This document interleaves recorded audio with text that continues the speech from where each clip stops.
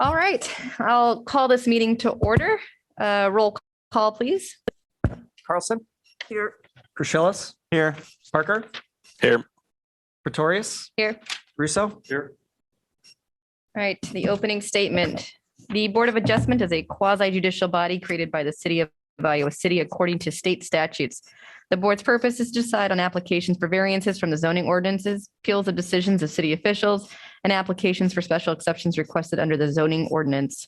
The Board of Adjustment is an independent volunteer board made up of Iowa City residents and is not part of the city administration. We are assisted in our work by the city attorney's office and by planning staff. Prior to this meeting, board members received the materials submitted by the applicant, the staff reports, reviewing the application, and any correspondence submitted by members of the public. Board members have not discussed the application or its merits with each other, staff, the applicant, or any other member of the public in advance to this meeting. All consideration and discussion by the board takes place in open meeting here tonight, where we also have an opportunity to hear from the public. The board bases its decision on facts and evidence allowed by city code presented in open meeting. Concise and truthful testimony helps us a great deal in our decision making. We ask that if you wish to speak, that you come to the podium, print your name and address on the sign-in sheet, and speak clearly into the microphone so your testimony can be heard by all present and by our minute taker, as all testimony becomes part of the public record. We ask that the proceedings be orderly, and then when you are testifying, you address your remarks to the board. If this hearing becomes lengthy, we may ask the testimony be focused on new facts or in information not already presented. The order of proceedings for each application will be an oral report by staff summarizing the issues of the case and staff's recommendations, an opportunity for the applicant to speak, an opportunity for other interested parties to speak for or against the application, an opportunity for final statements and arguments by the applicant and staff, and the board will discuss the issues and evidence, state its findings, and vote on a motion. Motions are always made in the affirmative. All right. So moving on to special exception item number EXC 21-0016. This is an application submitted by Clay Clausen requesting a reduction to the front building setback from Crestview Avenue to construct a carport and widen the driveway at 504 Upland Avenue. All right. The public hearing is open and we will now hear from staff. Thank you. Okay, so this item is EXC 21-0016 for a setback reduction for the property at 504 Upland Avenue. Here you can see an aerial of the property. So there's Upland Avenue, which is to the west, and then there's Crestview Avenue, which is to the north. So this is a corner lot. The property does face upland, but the setback that we're talking about is on the north side from Crestview Avenue. And pretty much the entire neighborhood is zoned low density, single family residential, which is RS5. So as I said, the subject property is a single family home on a corner lot.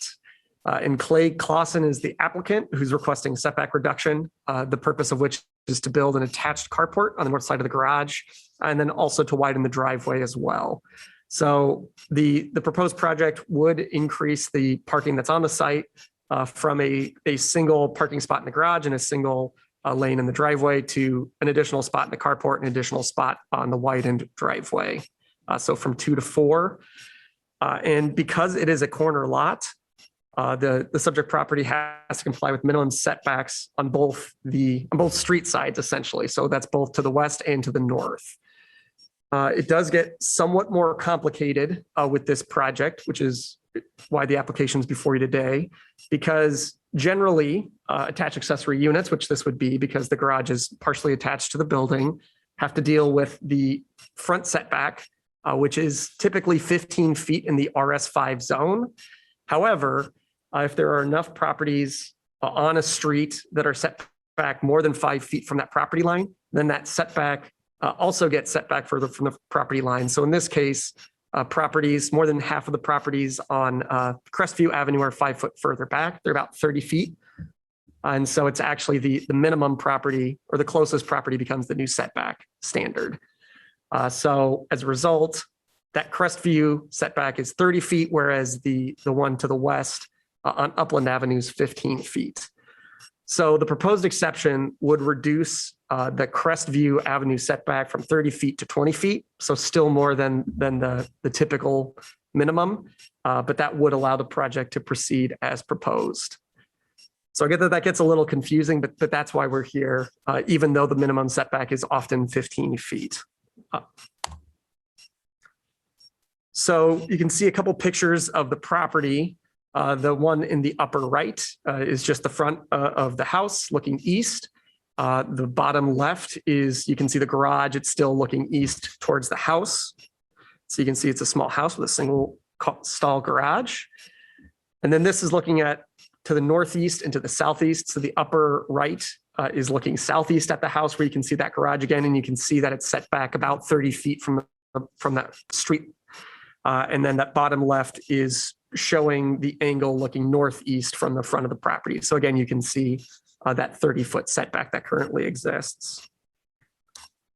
I would also point out that you can see that there is some screening in the back between this property and the project property to the east. I don't really talk about that in my staff report, but there is also a substantial tree coverage between the two.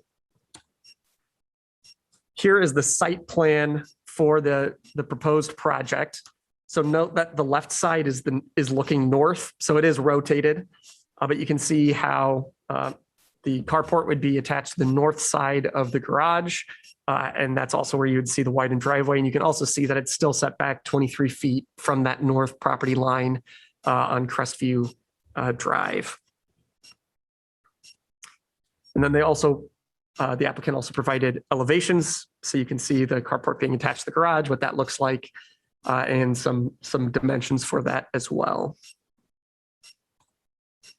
So tonight, the role of the Board of Adjustment is to either approve with conditions, or deny the application based on the facts presented.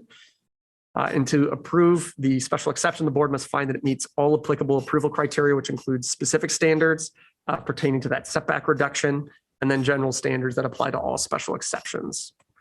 So first, we'll talk about the specific standards related to setbacks, which are found at 14.4C3B 4B. So for this, there are 5 standards. The first is that the situation is peculiar to the property in question. So as I've stated, the subject property is a corner lot, has to comply with minimum front setbacks on Crestview to the north, and then Upland Avenue to the west. And more than 50% of the development lots on Crestview Avenue are set back at least 5 feet further from the street than is required. So in this case, the closest building becomes the new minimum front setback, which is known as setback averaging, which increases the north front setback to 30 feet instead of that standard 15 feet.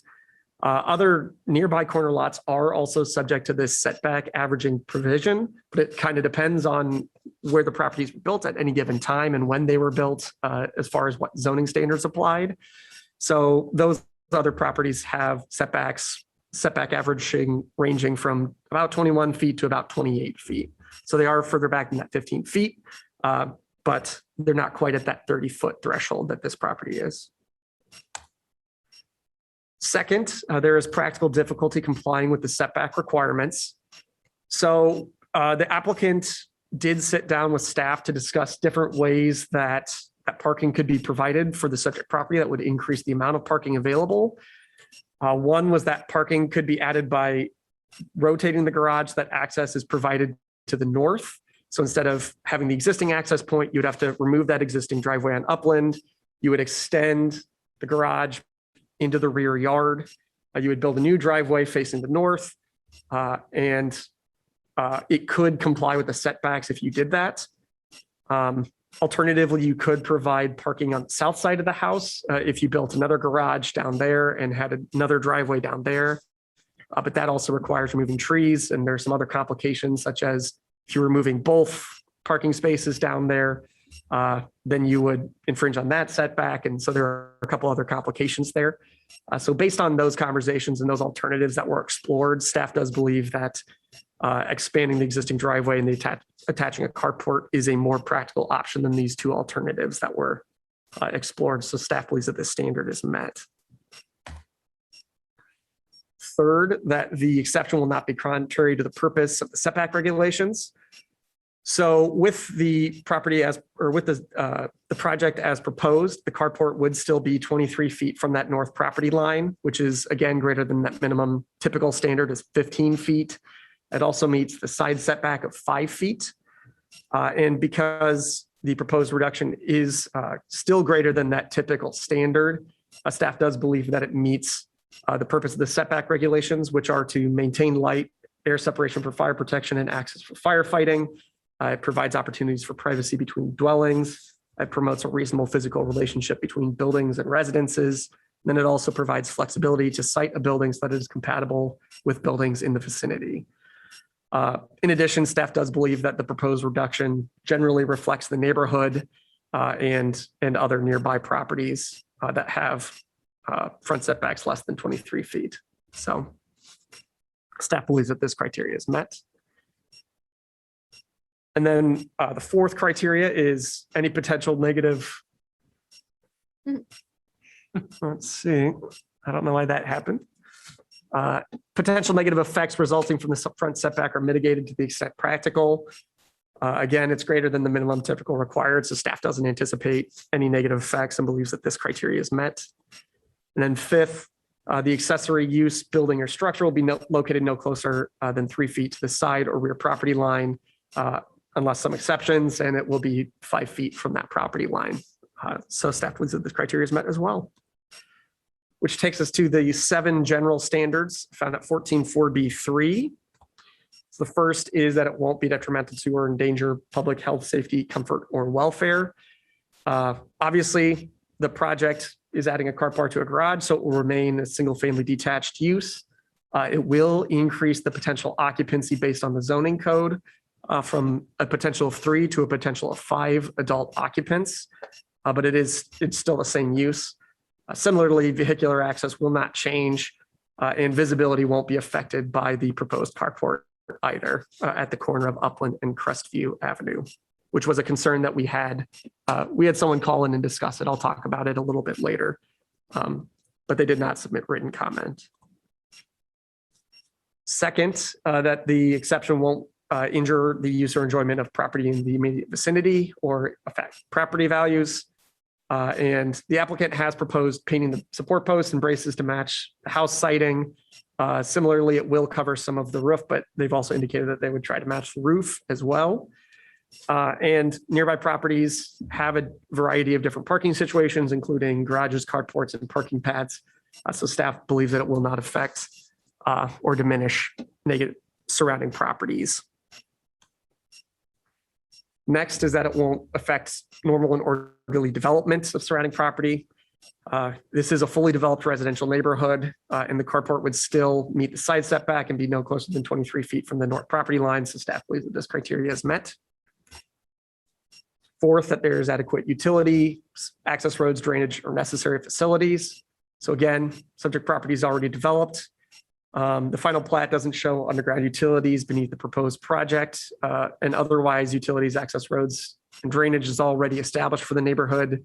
And otherwise, compliance with other city standards will be confirmed during the building permit review. So staff believes that this criteria is met. Fifth, that it will not, that it will provide ingress or egress that minimizes traffic congestion on public streets. So there aren't any changes being proposed to driveway access, the sidewalk, or to the street.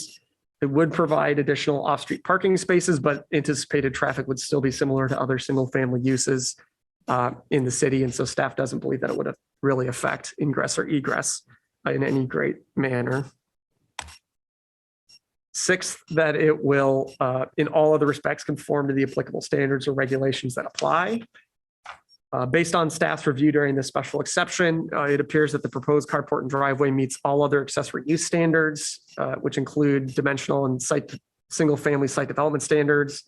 That includes the location of the driveway, maximum building coverage, setback requirements, et cetera. But staff will also confirm compliance during building permit review, but staff believes that this standard is met. And then finally, that the proposed exception is consistent with the comprehensive plan. The comprehensive plan shows this subject property as residential uses with 2 to 8 dwelling units per acre. It's shown as low and medium density, single family and duplex uses in the Southeast District Plan. And both of these plans do support improving and maintaining the housing stock in existing neighborhoods. And the current land use of the property won't change because of the exception. And the current property use is consistent with those plans. So staff believes that this criteria has been met. So staff, with regards to public input, staff did receive a couple inquiries, mostly phone calls that we fielded. We had no formal written comments. The only real concern that came up was that site triangle, and this proposed exception would still maintain site triangles as required by the city. So staff doesn't anticipate any issues with that, as I discussed previously in my staff report. And as a result, staff recommends approval of EXC 21-0016 to reduce the required front setback along Crestview Avenue to 20 feet for the property at 504 Upland Avenue. And that concludes staff's presentation, unless you have any additional questions for me. Thanks, Kirk. Board, do you have any questions for staff at this time? Could he have just put in a pad instead of putting the thing on the garage? Could he just have poured a cement pad for parking there? So per the code, you cannot have a cement pad that doesn't lead to a garage. If it's more, I think you can do it maybe for one space, and more spaces you can't. So you would need either a carport or a garage for an additional extended concrete pad like that. Could he have widened the driveway? Unless it led to a garage space, he could not and count it as a parking space. Okay. Thank you.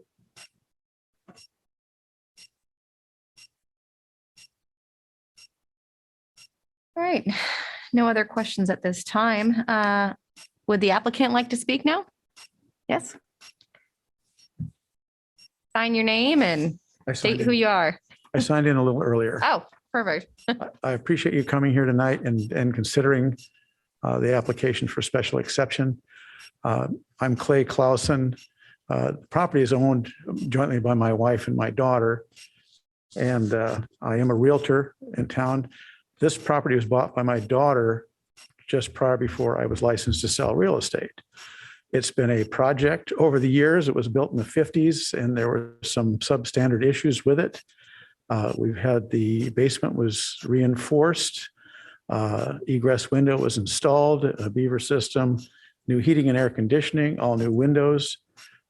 It's more of a resurrection than a remodeling. And the purpose of that is I do intend to sell the property. I did not want it to be a rundown rental. This place has a lot of heart. I've done a lot of work on the property myself over the years. I've maintained, I do the lawn mowing, I do the snow removal. 2 of my grandchildren were born, well, they live there. It's within about a 5-minute walk from my house. I love the neighborhood. It's a great location. And one of the big shortcomings was a lack of off-street parking. It was a big issue when my daughter lived there. They always had to park on the street, and that was just, and there was the bus used to run right down Upland. That route has been eliminated now, but still it was an issue with the bus driving down the street and just side traffic down Crestview. And this is set back far enough that it really does not infringe on the view of the intersection when you're coming down Crestview. And I must express my deep appreciation for Kirk's help. He's walked me through the entire process. And I hit a lot of bumps in the road, and he's helped me navigate those. And if you have any questions of me, feel free to ask away. Who lives in the home right now? It's vacant. And the reason for this upgrade is simply to make it more saleable? I'm a realtor, and the covered parking, the question was if a pad would be okay just to have a pad, and I didn't really want to I wanted at least 2 covered parking spots, significant off-street parking for at least 4 vehicles. And again, we added another bedroom, and it was a 3-bedroom, 1-bath house with dysfunctional basement. It will be fully restored on the main level and the lower level. There'll be 4 bedrooms and 2 baths. And it's got a great yard space there. There's this fenced backyard, side yard. The neighbors that go by, this has been, I put all new windows in last summer, in the summer of 2020. And that was hugely energy efficient. And now this is the finishing of the project. I've filed a permit and all new electrical, heating and air conditioning. I mean, we didn't strip it down to the studs, but we're putting all new walls and insulation in the basement. It's going to be a nice house. I would be willing to live there. So you're not planning any further additions to the home? You're just remodeling the interior? Yes. And as I mentioned, it's more of a resurrection than a remodeling. Yeah. Everything will be up to standard. All new wiring. We're not just reusing the old wiring. Okay, thanks. You're welcome. Any other board members have questions for Clay? All right, thank you. I appreciate your consideration. Absolutely. Normally ask if there's anybody who wishes to speak in favor or against, but there's nobody else here tonight from the public. Any final questions or comments for staff before we close the public hearing?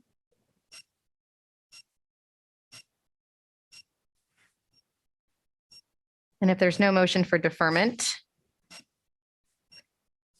All right. The public hearing is now closed.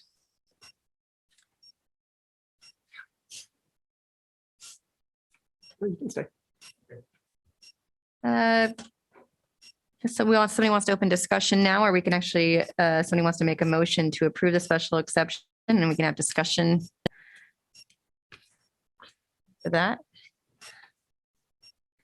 I move the approval of EXC 21-0016, application submitted by Clay Clausen requesting a reduction to the front building setback from Cresttree Avenue to construct a carport and widen the driveway at 504 Upland Avenue. All right. I'd like to second that. Sorry, I beat you. I had to try it out. Extra power. You beat me to my announcements for you. Yeah, discussion. Does anybody feel like they want to comment on this? Or we present the findings of fact? I think he's really put thought into this, and I think it will be an improvement for the neighborhood. It will not harm the neighborhood. I like the idea of the added parking because he says vehicles off the street, minimizing obstructions for trash pickup, leaf collections, street sweeping, and snow removal. As someone who lives in an older section of town, those are all things that you end up dealing with. And so to have fewer cars on the street would really benefit not only the city employees who attempt to do these things, but the people who live in the neighborhood. And so I thank you for being concerned about those things. Good point, Nancy. Snow removal on the streets. Oh my goodness.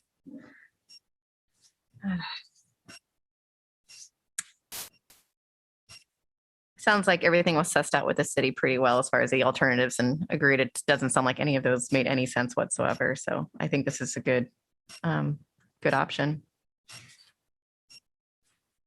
If someone is interested in making the findings of fact.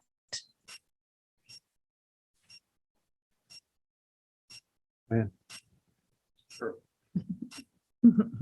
Regarding item EXC 21-0016, I concur with the findings set forth in the staff report of December 8th, 2021, and conclude that the general and specific criteria are satisfied. Unless amended or opposed by another board member, I recommend that the board adopt the findings in the staff report for the approval of this proposal. All right. Roll call, please. Rashilis, Yes. Parker, Yes. Pretorius, Yes. Russo, Yes. Carlson, Yes. This motion is declared approved. Any person desiring to appeal this decision to a court of record may do so within 30 days after the decision is filed with the city clerk's office. All right. Thank you. Thank you. Thank you. I'll come in for just this. I do appreciate it. It's okay. Merry Christmas. Item number 4 on the agenda, consideration of the meeting minutes from October 13th, 2021. Anybody's had a chance to review that? Make a motion to approve the minutes. I move that we approve the minutes as written. A second. Thank you, Mark. All those in favor? Aye. Aye. All those opposed? All right. And then, did you have an announcement? Yeah, I had a couple. Not too many, but obviously the amendments to the bylaws have been approved by council, so those are in effect. If you do need a fresh copy of those, I think I emailed it out, but let me know if you want a hard copy or a fresh copy. Other than that, Mark has been appointed for a full term now, officially starting January 1st. Congratulations. So he's on for 5 more years. Full term sounds scary. doesn't it? Got to serve the full term too. Life. There's no parole. Thank you. And then finally, I'm not sure if we'll have a January meeting yet. The application deadline is this Friday, so we haven't received anything yet. I'm not familiar with any inquiries right now. So I'm assuming we won't have one, but keep it on your calendars and I'll let you know on Friday once we actually get to that deadline. So we might have January off as well. Does that mean we can go skiing or something? Sure. Yeah. But that's all that I got for you. So Excellent. Unless anybody else wants to mention anything, do I need a motion again? Just adjourn it. Somebody want to make a motion to adjourn? Move to adjourn. And I second that. So this meeting is adjourned. Thank you.